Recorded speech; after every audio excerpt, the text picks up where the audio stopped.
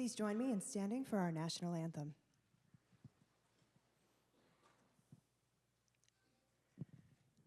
Oh, say, can you see by the dawn's early light what so proudly we hailed at the twilight's last gleaming, whose broad stripes and bright stars through the perilous fight o'er the ramparts we watched were so gallantly streaming, and the rocket's red glare, the bombs bursting in air, gave proof through the night that our flag was still there.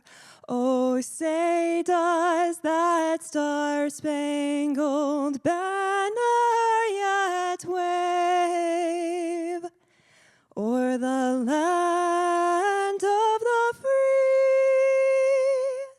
and the home of the brave?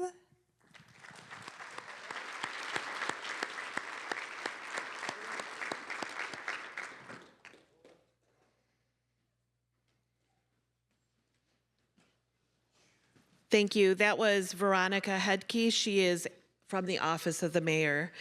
Please welcome now Pastor P.J. Anderson, a U.S. Navy chaplain, retired with the Space for Grace Without Walls United Church of Christ. They will be giving the invocation.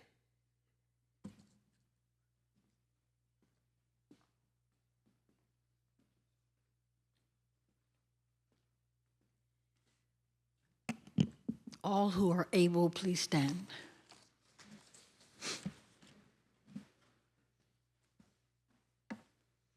Eternal God and faithful friend, in the name of Abraham and Isaac and Jacob, we thank you for this opportunity to come to your throne of grace.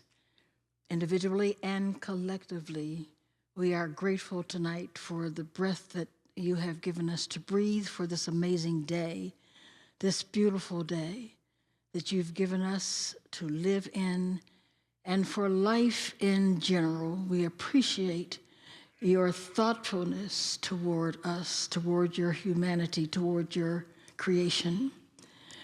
We want to petition to you, dear God, for this great city of Lansing to become spiritually awakened in every neighborhood. We look forward to the time when our children will respect their elders. We look for a time when there will be jobs for everyone and living wages for everyone. We look for a time when health care will be provided for every citizen of this great state.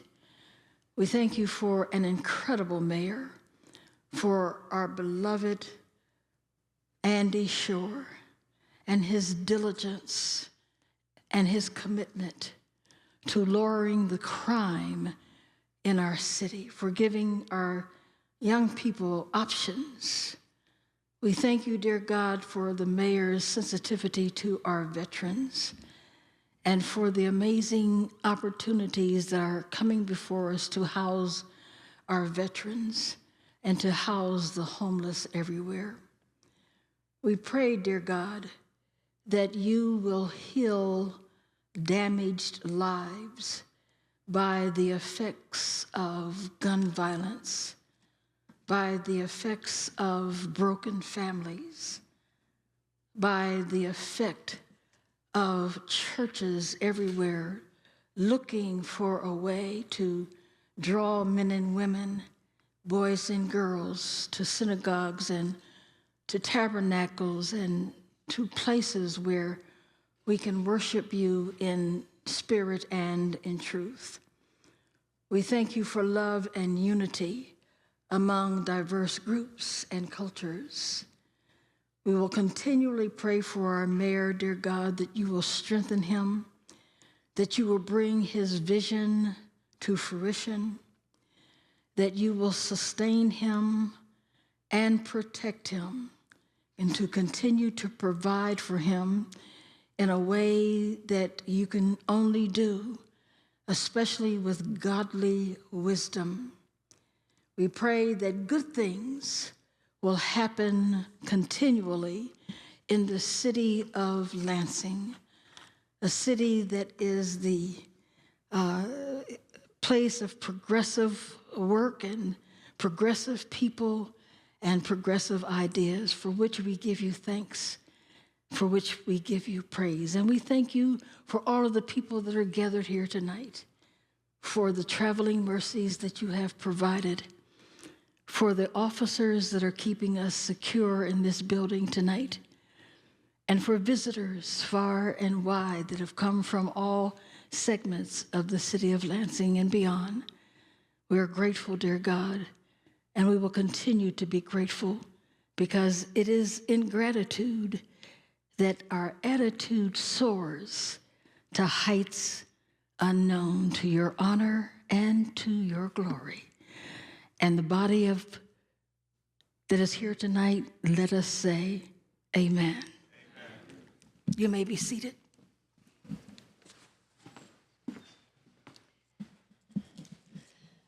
All right. So I want to take a minute to thank the elected officials that are here from the city.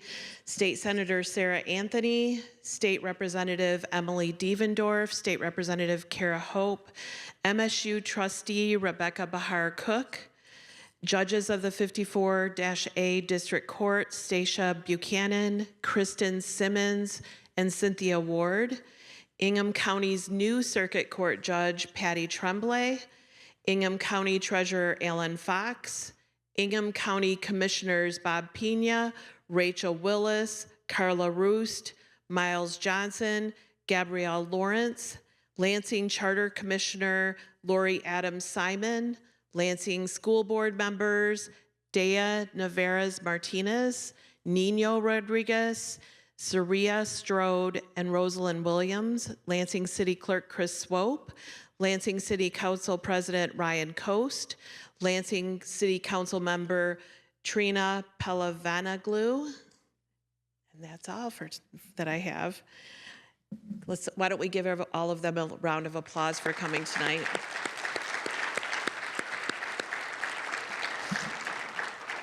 Okay, I want to now introduce our mayor, a good friend of mine, Mayor Andy Schor. Andy has been serving as the 52nd mayor of Lansing. Prior to his election as mayor, Andy served in the Michigan House of Representatives and as an Ingham County commissioner. He and his wife, Erin, are proud to call Lansing their home.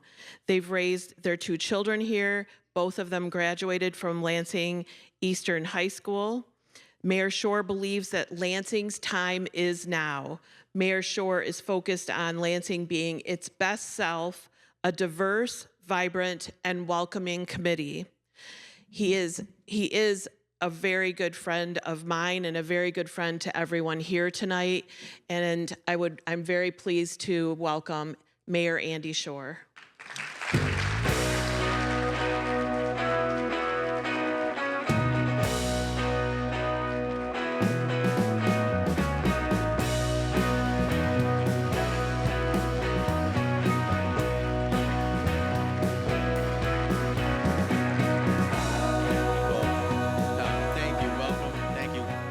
Clarify, my children went to Everett High School because I know that I'm going to get in trouble from somebody, so they are Vikings.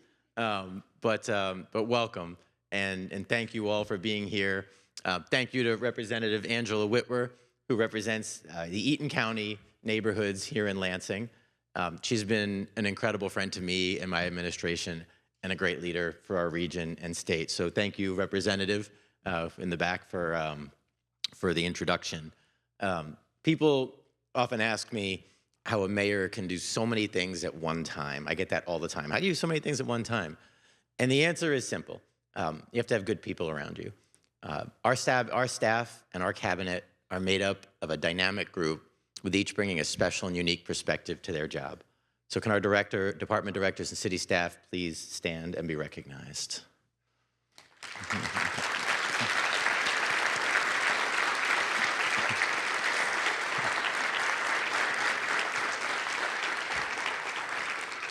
We also have great partners in our city clerk and city council. They are working so hard on so many issues and moving the vision for Lansing forward. I greatly appreciate our relationship and working together for our city. I saw City Council President Ryan Cost, Councilwoman Trini Pelavanoglu, and I think I saw Clerk Swope. There he is, Clerk Swope. I can't see anything with these lights, so you got to help me out. But I want to thank you all for being here and for being such great partners. Thank you.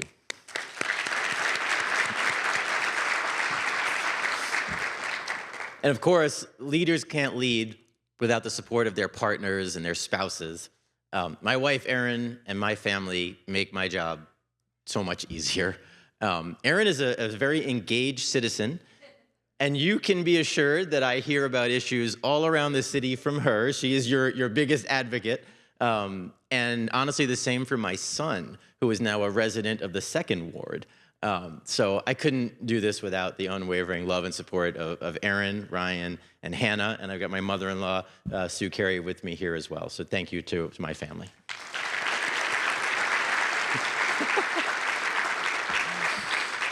So last December, I was asked to do a year-end viewpoint looking ahead to 2025. And it was tough to narrow everything down. We have so much going on in Lansing. So tonight, I'm proud to announce that the state of the city of Lansing is stronger than ever, and the future is bright. I'm excited. So let's start with some of the major investments in our community. We know that our downtown is seeing a resurgence. In just a few short weeks, not months, but weeks, we'll have cranes in the air throughout the downtown. Over 100 new affordable housing units for low-income families provided by the Lansing Housing Commission are being built right now. Once open, they'll provide necessary housing and get help to people and help to get people off the streets, out of shelters, and into housing that's affordable. Additionally, our New Vision Lansing project will include 5 mixed income and mixed use buildings providing 570 new apartments and a new tower that will change our skyline. This will be one of the biggest additions to our city in decades and will be truly transformational to Lansing.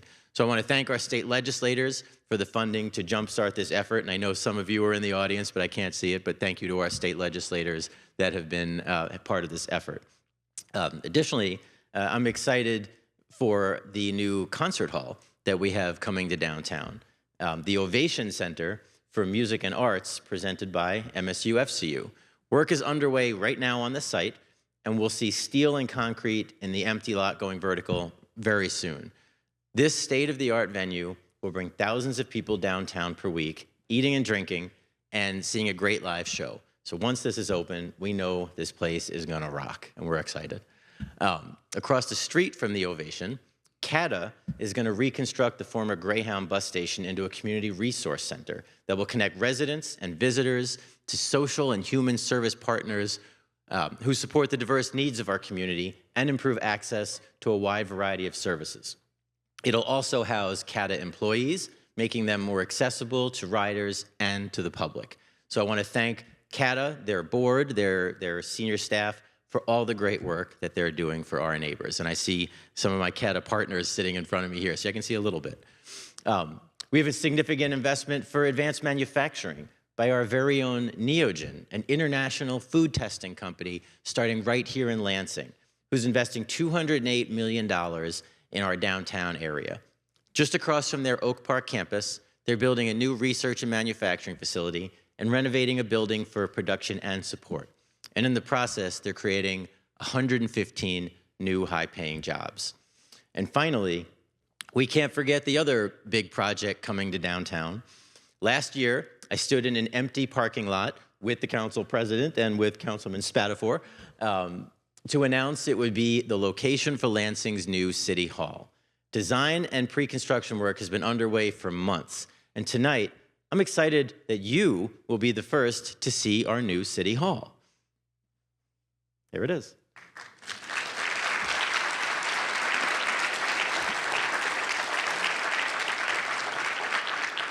We'll be starting to dig and go vertical on the site as the weather gets warmer. This has been a need for so many years. And this year, we will finally see the construction start. And this new facility will be user-friendly with a one-stop shop where people can do business with the city. So again, I want to thank our state legislators because they appropriated $40 million that will make this happen. So thank you to our legislators.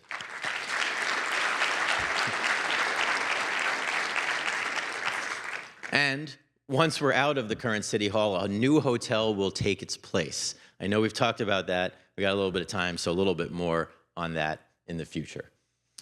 So while the downtown is vital to our future success, we've seen economic growth, small businesses, and housing spread across the city along our commercial corridors. Residents and visitors alike travel these stretches of road that are connectors to our neighboring communities. One good example of this work is the Pleasant Grove and Holmes intersection in South Lansing. Those from the area remember that there was an old abandoned school that was a dangerous eyesore. The city worked with the Ingham County Land Bank, our county treasurer, Alan Fox, and it got knocked down. But we won't forget its history. When something new comes there, we'll recognize that Malcolm X was once a student in that school. The building couldn't be saved, but the legacy can. And this land will see growth with the vision of new housing and medical and financial services that are so needed in Southwest Lansing.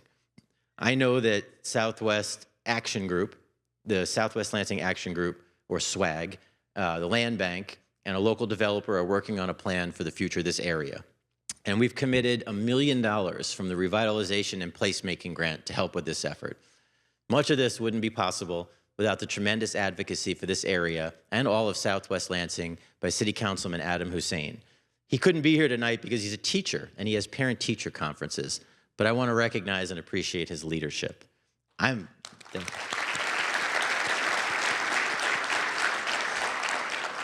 am very excited for the vision and future of this important part of Lansing in Southwest Lansing. But we can't forget our other Southside corridors. We're doing so much work on Cedar Street, where the long vacant Walter French School is open with 76 units of mixed income housing, along with social services, a daycare, and the headquarters of the Capital Area Housing Partnership, or CAP, who spearheaded this whole project. I do want to thank the team, the current team, and the previous team at CAP for their hard work. The previous team, including Raleigh Van Fossen, who we stole away to bring to the city. But I know so much hard work was done, and I'm excited to see this finally open.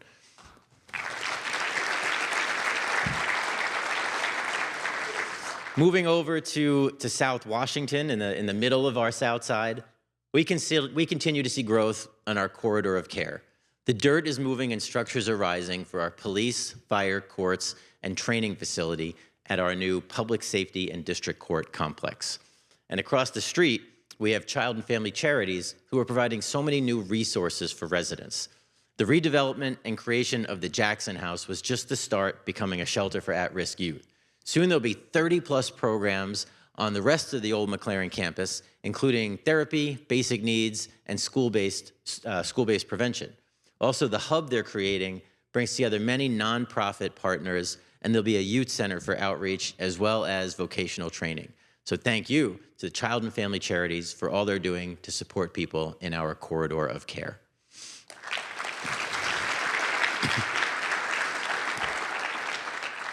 Looking at the west side of town, we'll finally see cleanup begin on the empty former Fisher Body Plant property. We received $19 million from the state to clean up contamination and to discuss with the community how best to make that site ready for future growth. Also, on the west side, the West Saginaw corridor, which serves as an entrance into Lansing, is being improved. Spearheaded by the Moneyball headquarters, this area is undergoing a transformation. Coming soon, we're going to see the redevelopment of the old Parks Furniture building, which if you've been by it, you know it's in terrible shape, and that surrounding area. And we're going to work with Steve and Reshane Lonzo, the folks who rehabbed the Comfort Zone on Pennsylvania Avenue. We're going to work with them to renew this important West Side area as well. So I'm looking forward to that.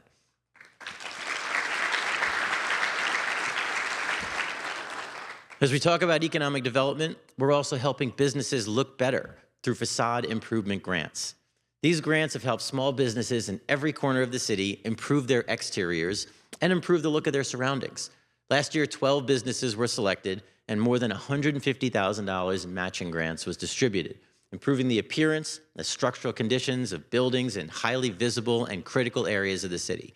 If you're a small business and you want to benefit from this program, go to lansingedc.com. The deadline for this year is coming up quick. And in 2021, our Racial Justice and Equity Alliance reported that our BIPOC-owned small businesses lack the access to resources and programs to fully succeed. So we created the Lansing Equitable Economic Development Initiative to help. Out of that grew the Empower program. Let's hear more about that now.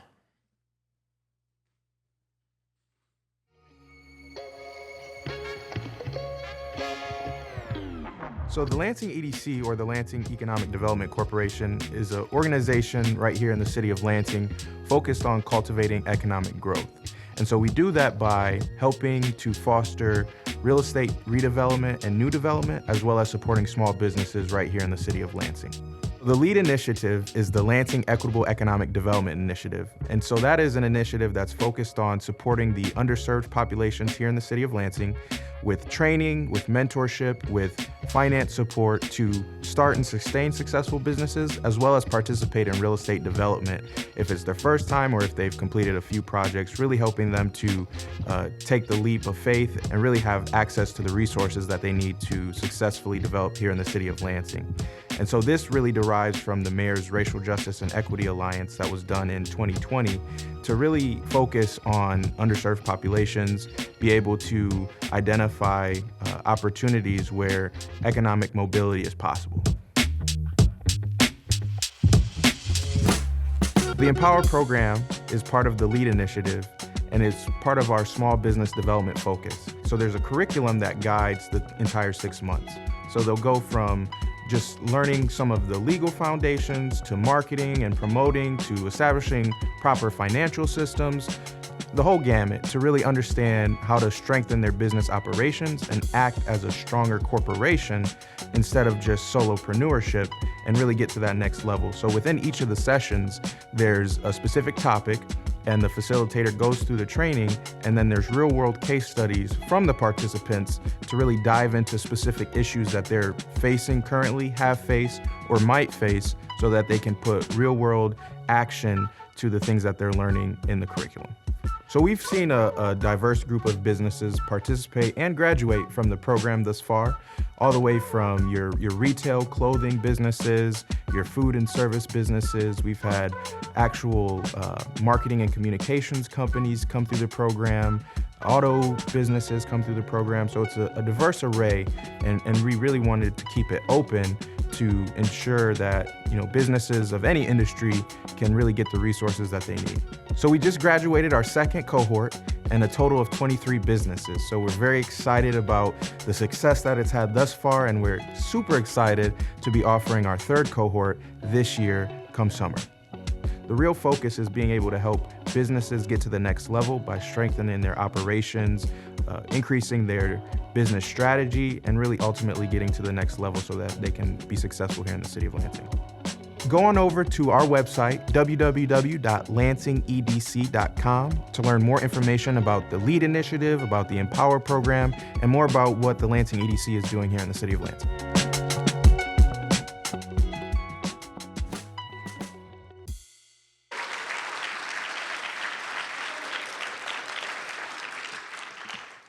So this isn't in the script, but shameless plug, there's a sandwich named after me at Goodfellas Bagels, and it's pretty good. My kids will say it's named after them. So congratulations to the incredible small business owners you saw in the video, and the entire Empower cohort. I was at their graduation a few weeks ago, and this group of talented folks are fired up to make a real difference in our city. And the most important part, they're going to make a lot of money in the process, and that's okay. That's good. Building wealth for all means that we can all grow together equitably. So thank you. We've all heard about the former Ultium Cells plant, which is now the LG Energy Solutions battery technology plant. This structure is nearing completion and will employ more than 1,500 workers right here in Lansing, building the battery technology we need to power the world. And at the same time, thanks to investments made by GM and the federal government of over $1 billion with a B, the Lansing Grand River Assembly Plant will convert to manufacture the cars of the future.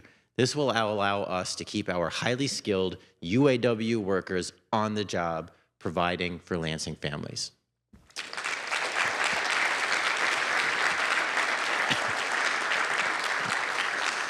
On the north side, our Lansing Airport continues to expand passenger services. In addition to Delta Airlines and American Airlines, Breeze Airways now offers nonstop flights to Orlando and Fort Myers. And we're celebrating 15 years of international passenger service with Apple Vacations, giving us even more options for a sunny getaway and keeping Lansing linked with the globe. With ongoing terminal upgrades, a forward-looking master plan, and a focus on land and cargo development, the airport is set to grow as Lansing continues to grow. So to put all of these investments into perspective, you just have to look at the numbers. In 2024, our economic development team approved new development projects that equated to nearly $463 million of investments, created 139 new jobs, and 579 new housing units. In addition, they secured more than $20 million in grant funding. And in just the past 7 years, we have approved 62 new development projects that equate to more than $4.3 billion in investments. I am so incredibly proud of the work that we're doing to make Lansing an attractive place to locate or grow your business and provide good jobs for our residents. So while jobs are critical, housing is necessary. Nationally, we're seeing a significant shortfall in housing. Last week, Governor Whitmer announced in her State of the State that Michigan needs 140,000 more housing units to keep up with demand. A lack of supply drives pricing up for existing housing, making it unaffordable for many. We need to build more homes and rehabilitate existing older housing. We're committed to housing for all, whether subsidized, affordable, workforce, attainable, market rate. Housing is needed in Lansing just like it's needed throughout the nation.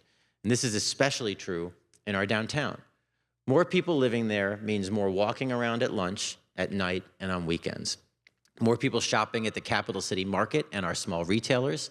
More people who will go to Graywall Hall and Ovation when it opens to see shows. More people going to Impression 5 or a Lugnuts game. Or just spending time at Rotary Park and grabbing a bite to eat at the Lansing Shuffle or any of our many restaurants downtown. Whether they're working in person or remotely, they'll live and be active in our community, creating vibrancy that we have always known downtown. I've already talked about the New Vision Lansing and Walter French and the Lansing Housing Commission's housing developments. These are in addition to the hundreds of new rental units that have been created over the last few years and the single-family houses that have been rehabilitated and built by CAP, by Habitat for Humanity, by Eastside Community Action Center, and the Ingham County Land Bank. In 2025, we're making incredible investments in housing with plans to spend more than $4.7 million. We'll continue to invest with our housing partners to complete construction of 4 new single-family homes and start construction on 5 more. In addition, we're committing over $2 million in federal funding to help the new Hillsdale Place apartments. This will be a 40-unit rental development serving primarily those who are homeless, on the verge of homelessness, or domestic violence victims. But housing for all is not just about new apartments and houses. It's also about rehabilitation of what we already have. We need to help update and fix our aging housing stock before it falls into disrepair and needs to be knocked down, which lessens the options for people to live in. So tonight, I'm announcing that we have created and will be rolling out a housing rehabilitation plan. We'll be working with the Capital Area Community Services to provide dollars for Lansing residents to fix their homes. Qualified lower-income households may be eligible to receive up to a $40,000 grant to fund critical home repairs. We'll work with small contractors and local trades doing the work to maintain and improve our housing stock.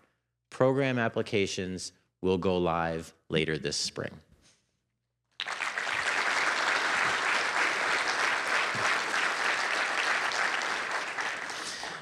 Making sure that people are living in safe housing is critical. We're going to use all the tools available to us to make this happen. Our incredible code enforcement and building safety staff, along with our city attorney staff, are doing everything in their power to ensure that the few bad landlords are held accountable. This includes making landlords face consequences when they refuse to do what is right.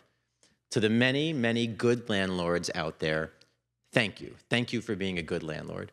To all the landlords out there just looking to make a buck without providing good housing that complies with the law, I'm here to tell you that we will use every power in our arsenal to make you fix the property, or we will see you in court.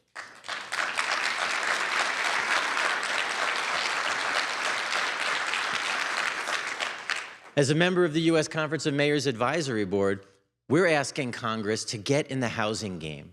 Mayors across the country are calling for new laws to assist, including more housing tax credits. These laws will give cities like Lansing more tools to help create the housing that we need, and they'll provide federal investment, which has traditionally been very small. If the President and Congress are serious about helping with the housing crisis, passing these bills into law early in this session is necessary.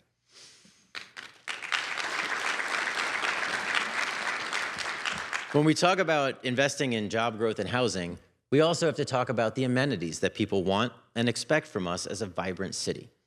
As we attract people here, we need to have things for them to do. And we have so much to do in Lansing. Thousands of families head to Jackson Field every summer to cheer on the Lansing Lugnuts. This is one of our great assets, but the stadium is aging and it's in need of repairs. Last year, we replaced the entire playing field with new sod, made building improvements. We added a new batting tunnel, extended the safety net, renovated the home locker room, and repaired the roof. We're investing in our stadium to get us ready for another year to go nuts. And right next door, the Lansing Center brings in hundreds of thousands of visitors each year. They spend time and money, and we want all of these folks coming into Lansing to have a good modern facility to keep them coming back. Repairs made to the aging roof, upgrades to the fire alarm system, new digital marquee signs, and reopening the Riverside balcony gazebo will make this a better facility for users and visitors. We worked with the Autism Association to add a quiet space for those who need a break. And a partnership with LAFCU has provided what's called a Mamava pod, where new moms can breastfeed in privacy. Thank you to the Lansing Center staff for taking care of that.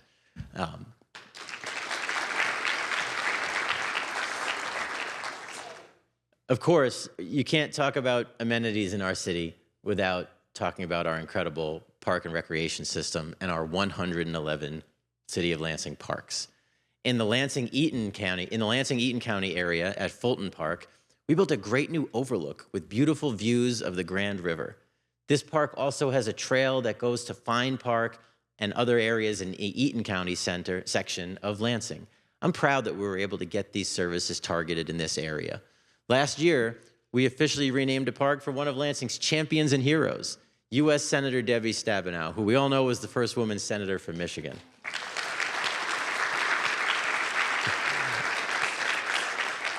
She raised her family here in South Lansing and spent lots of time at the old Washington Park with new playground equipment, incredible art, a new fitness court, and many options for our residents and visitors. Stabenow Park, in the heart of our city and on the corridor of care, will be a place where young people and young at heart can enjoy recreation in our city. Now, let's take a look at more accomplishments and highlights from our Parks Department. I'm Brett Kaczynski with the Parks and Recreation Department.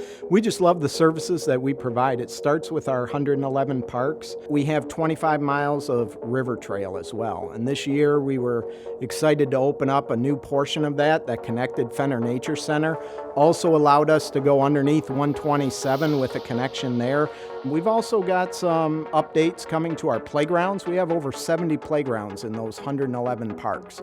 So we're going to be doing some upgrades to those, as well as still pushing, Play Michigan and all our other playgrounds out there. We're really seeing crowds at the Play Michigan playground, that universally accessible playground for folks. So we're excited about that as well.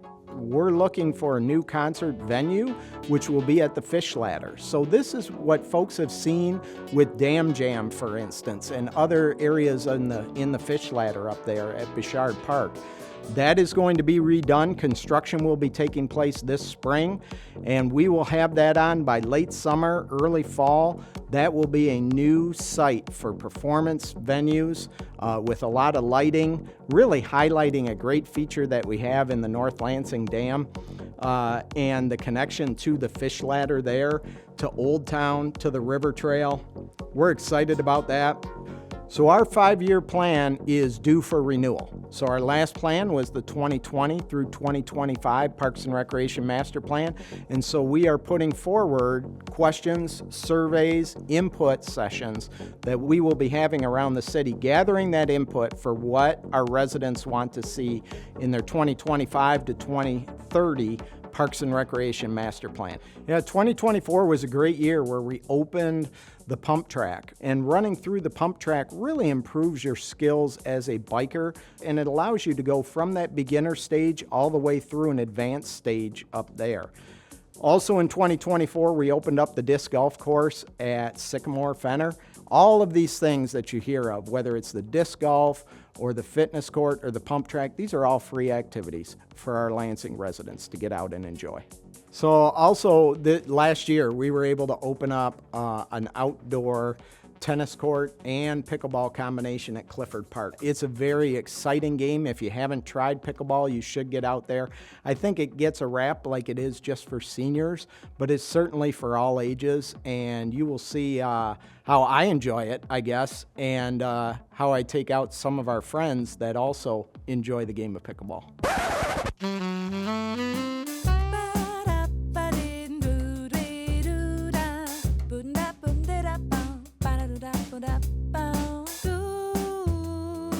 So we're real proud of the Parks and Recreation system that we have here in Lansing. We're proud of the programs that we get to put on at our 4 community centers and throughout our park system. So there is definitely something for you.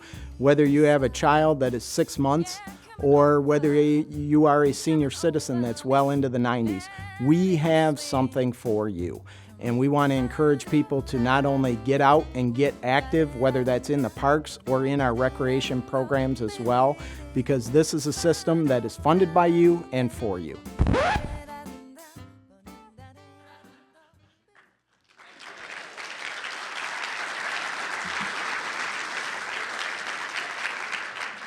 And that ball hit the net. That did not go over. Just going to point that out. Those courts at Clifford Park are very popular. We won't talk about who won the game. Chief, I'm pretty sure we did real well. But it was fun. And we learned so much about pickleball from the Greater Lansing Pickleball Group. Yes, we have it. Yes, they were there. So thank you to Brett. We teased Brett a lot because he went to Ohio State. Sorry, I just outed him. But he's a really good parks director, I promise. And really, thanks to our incredible Parks and Rec staff and volunteers, and to our Parks Board, they all do such a great job with the millage money that our voters continue to support for our parks programs at the ballot box. So thank you. We also have camps for Lansing kids.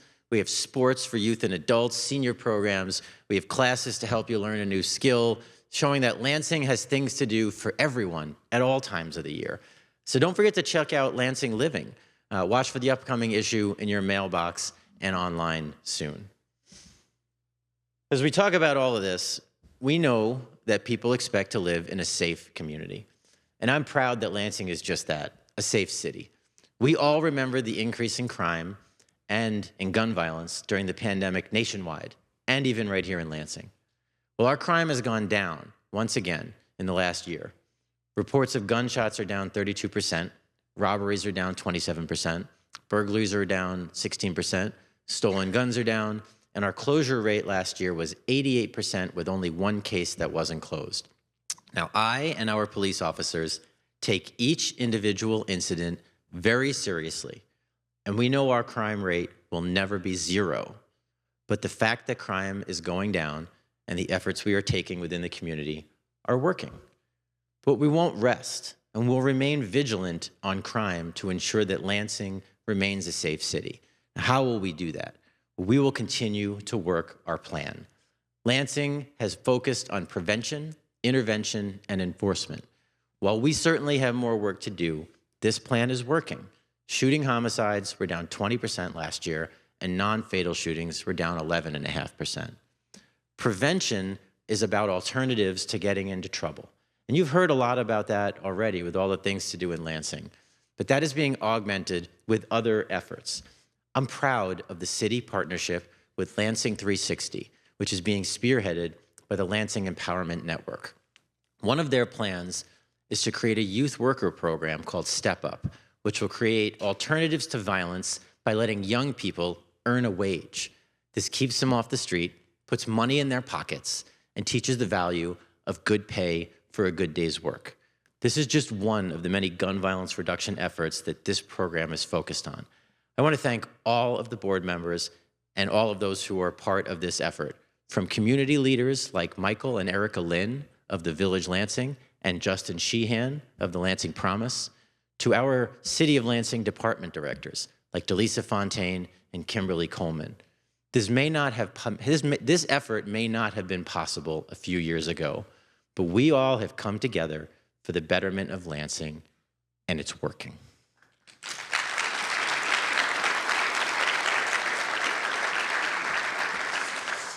Our intervention efforts are working as well. We invested heavily in the Advanced Peace Initiative, where we have violence interrupters who work to prevent trouble before it happens and stop retaliation. These efforts started in Southwest Lansing and had positive results, so we expanded them to other parts of Lansing and the school district. And Advanced Peace is also working in East Lansing because violence doesn't have borders. So I want to thank the Michigan Public Health Initiative for leading this effort.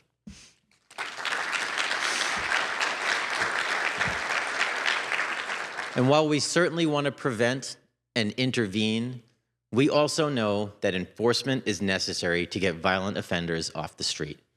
Young people having access to guns is a major problem, as we here saw earlier this week. And those who make them accessible must be held accountable. Our Violent Crime Initiative will continue to take guns off the street and put offenders in jail. And I want to personally thank Ingham County Prosecutor John DeWayne and now former U.S. Attorney Mark Totten for prosecuting these offenders and those who put our community at risk.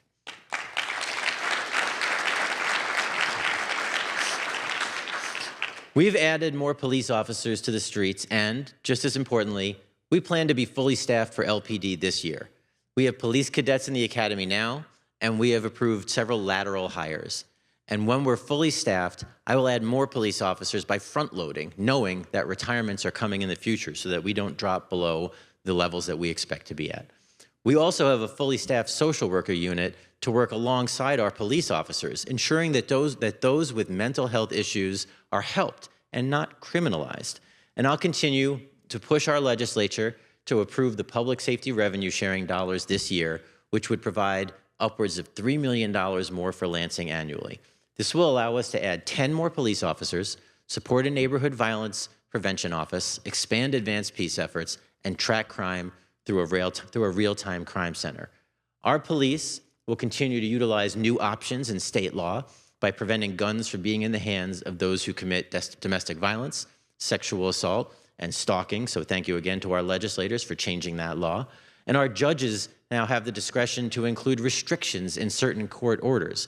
And with a $500,000 grant from the state, our district court will implement effective and safe relinquishment strategies that will help our community and serve as a model for others. Thank you to our courts.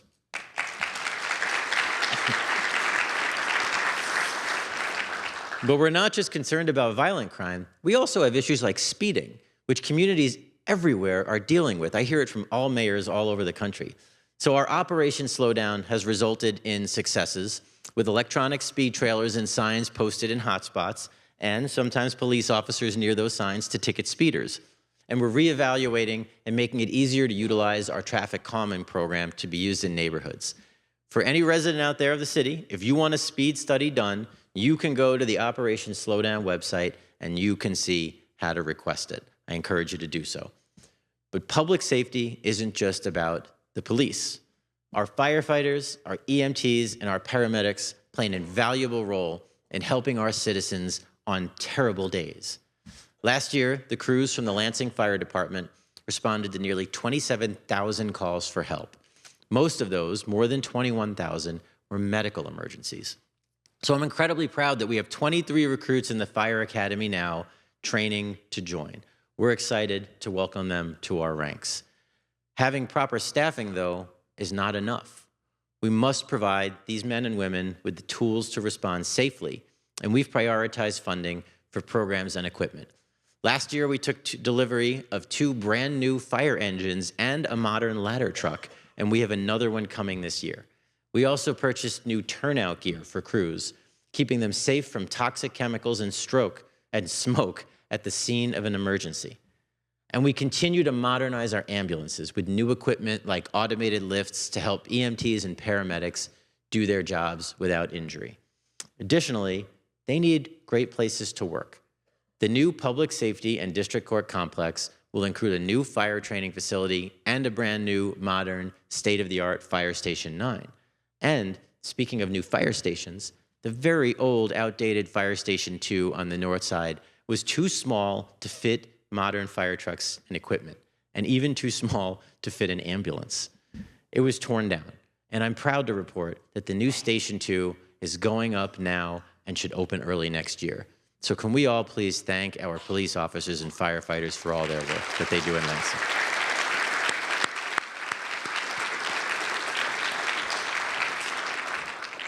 We know that to grow Lansing for all, we also have to help those of need and at risk. Our human relations and community service staff collaborate with agencies to help our unhoused neighbors. Our PATH teams traverse the city to talk to those who are unsheltered and assist with resources, from providing food and shelter options to securing access to housing vouchers. We also work closely with those providing shelter. There are low barrier options through the Outreach Center and individual and family options at Holy Cross and the City Rescue Mission facilities. We've also opened the Let's Community Center as an overnight warming center when it's cold during our Code Blue events. I look forward to the expanded shelter efforts led by the City Rescue Mission, which is moving to a new location downtown that will offer 24/7 support and can shelter both men and women. But we can't wait for that to be completed. So tonight I'm pleased to announce that with the assistance from the City of Lansing, the Holy Cross New Hope Center has expanded, providing 70 new shelter beds. This added capacity will ensure that we can provide temporary shelter until people can get into stable housing.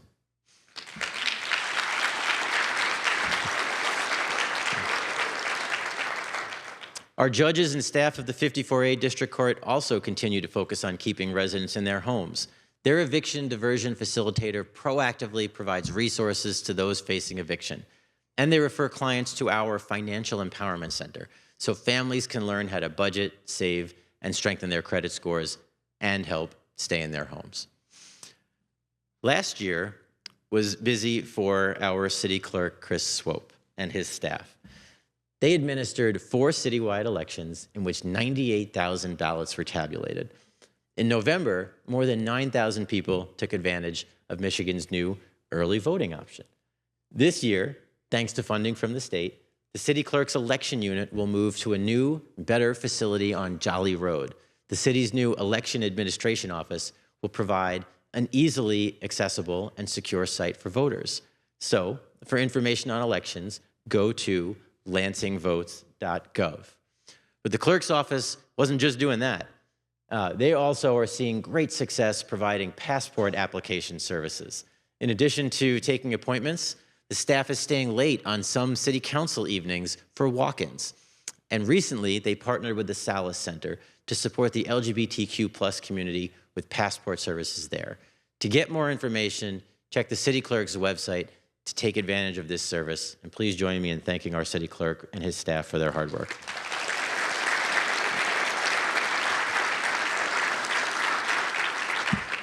Of course, I can't forget the work that we do with neighborhood engagement that uplifts our city. Last year alone, we funded over 70 neighborhood projects in all 4 of our wards. Examples include neighborhood beautification projects, crosswalk art, bulk trash cleanup, and flower kits and mulch for neighborhoods in bloom. We also brought more public art into neighborhoods, and we're doing more citizen engagement through citizen academies, community budget meetings, and neighborhood resource summits. So go to the Neighborhoods, Arts, and Citizen Engagement website to learn more and to apply for opportunities. And also, if you want to keep up and know what else is going on, sign up for our weekly newsletter.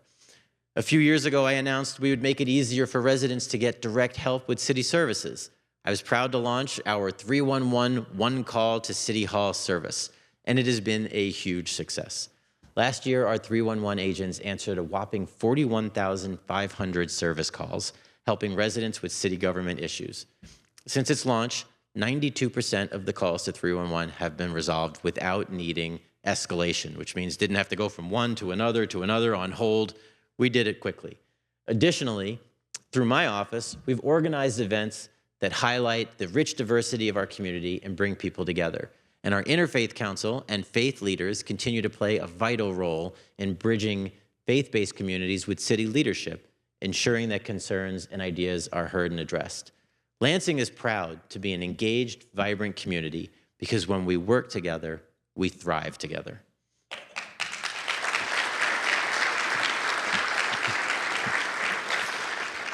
And of course, I can't do a State of the City without talking about our roads. Governor Whitmer has been fixing the damn state roads, and we've all navigated the closures and the orange barrels as a result, and 127 is again being shut down. But we need solutions for our neighborhood streets that we drive down every day, and I hear that all the time. In Michigan, road funding comes from the state through gas taxes and registration fees. As I've said many times, and the governor shared in her State of the State last week, the city of Lansing receives $17 million per year for roads, but our aging road infrastructure needs more than $300 million in work. This year, we'll spend more money than the past few years using available funds to fix our roads, but the fact remains, we need additional funding to fix local streets. I look forward to working with our legislators and governor, both who have said this has to be done and have put forward proposals. I look forward to working with them to put more money into our neighborhood roads.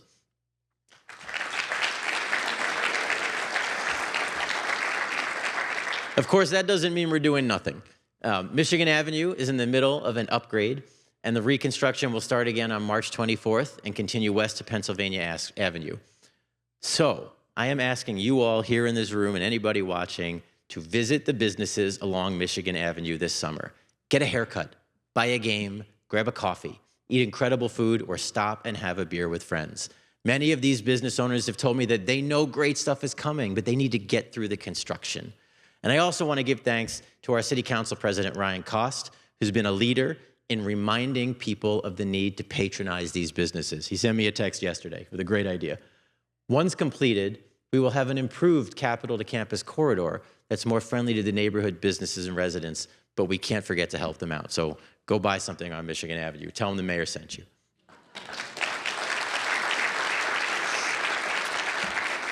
We also have a variety of other roads being fixed. And for Councilwoman Pilavanago, I know you'll be excited that we're going to see Pleasant Grove Road fixed on the south side from Michigan, from Mount Hope to Jolly. This is a highly traveled road, and it'll be completely redone starting later this year. So everyone, please plan accordingly. But it's coming. It's coming. And as we know from the recent thaw, potholes make our older roads and streets a mess. We are in Michigan. There's a freeze-thaw, and when it gets cold and gets warm, it beats up the roads. So as soon as we got done plowing, pothole crews were on the streets. Last year, we filled potholes with more than 1.8 million pounds of patch material. Now, this isn't a permanent fix, but it gets our streets passable. And our crews are pretty good at getting them filled fast if it's not raining or snowing. If you need a pothole fixed, call 311 or go to Lansing Connect and report it. We will usually get it within 48 hours. Another topic that I hear about a lot is sidewalks.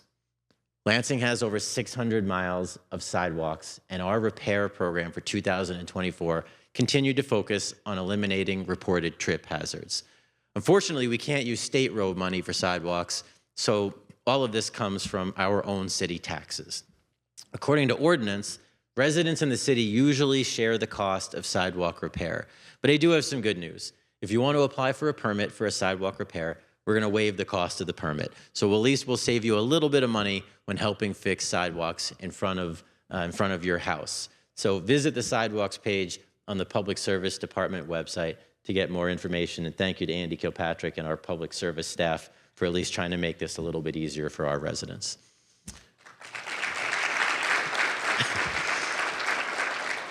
We can't talk about the future without talking about our students in the Lansing School District. A longtime priority has been to improve the graduation rate. The city worked with the school district to fund graduation counselors, in addition to the incredible measures that the school district was already taking. Superintendent Ben Schuldiner reports that in the 23 to 2024 year, the district had a 4-year graduation rate of 88%, an increase over 26% from just 3 years ago, setting a new record. That is incredible. And with the Lansing Promise and Lansing Save programs, Lansing students will be able to go to college for free and have some money to spend. So thank you to our incredible school board and our superintendent and the boards and staff of the Lansing Promise and Lansing Save. We're all working together to ensure that the children in the Lansing schools have every opportunity to succeed and thrive.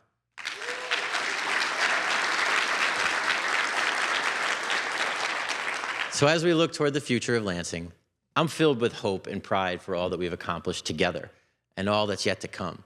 We're in the midst of a transformation marked by economic investment and growth, housing that meets the needs of every family, and a city that is safer and provides critical services. We've invested in the community, worked to bring down crime rates, and implemented measures to combat gun violence, making our neighborhoods stronger.